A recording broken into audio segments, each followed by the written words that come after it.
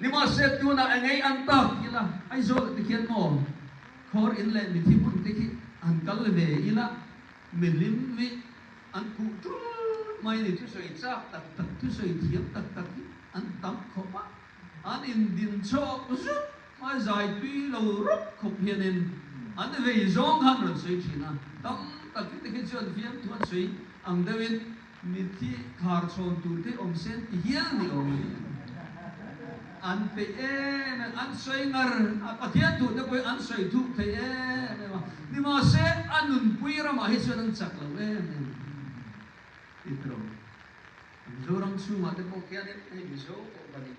ko ka sa tua le Christian ko in ko tam kian tam ko pa su mi te nan su da pe chon so be su ne om tian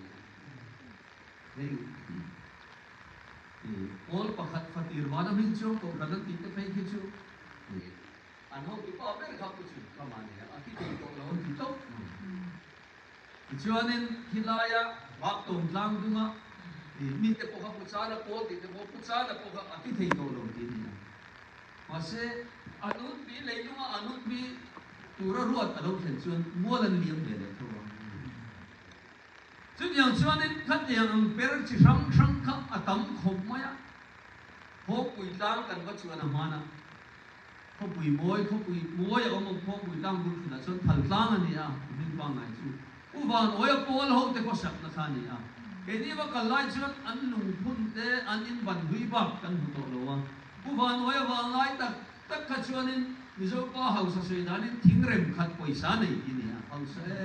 hun sang tang kan zip tir tu te sarkar million te khat yang khap an pung khom chu chu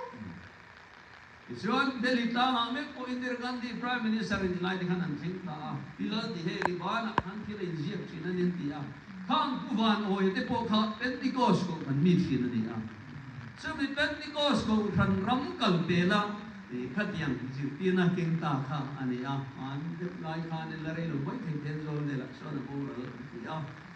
pilal di he li pisiam zingi kha mana sang hi le so vel bora khan reng di lama ko na ta sa kan pa surten ai baptisma sana dua ang din nge ni ang pia an chuan chan piu la kan pia nin chan pi ne ta kan felo chu yang chuanin andar so ta ka yang khanin thil chi ram Pentecost ni si lo ni ta to lo pun da peng le ning tam e ni rum khat chu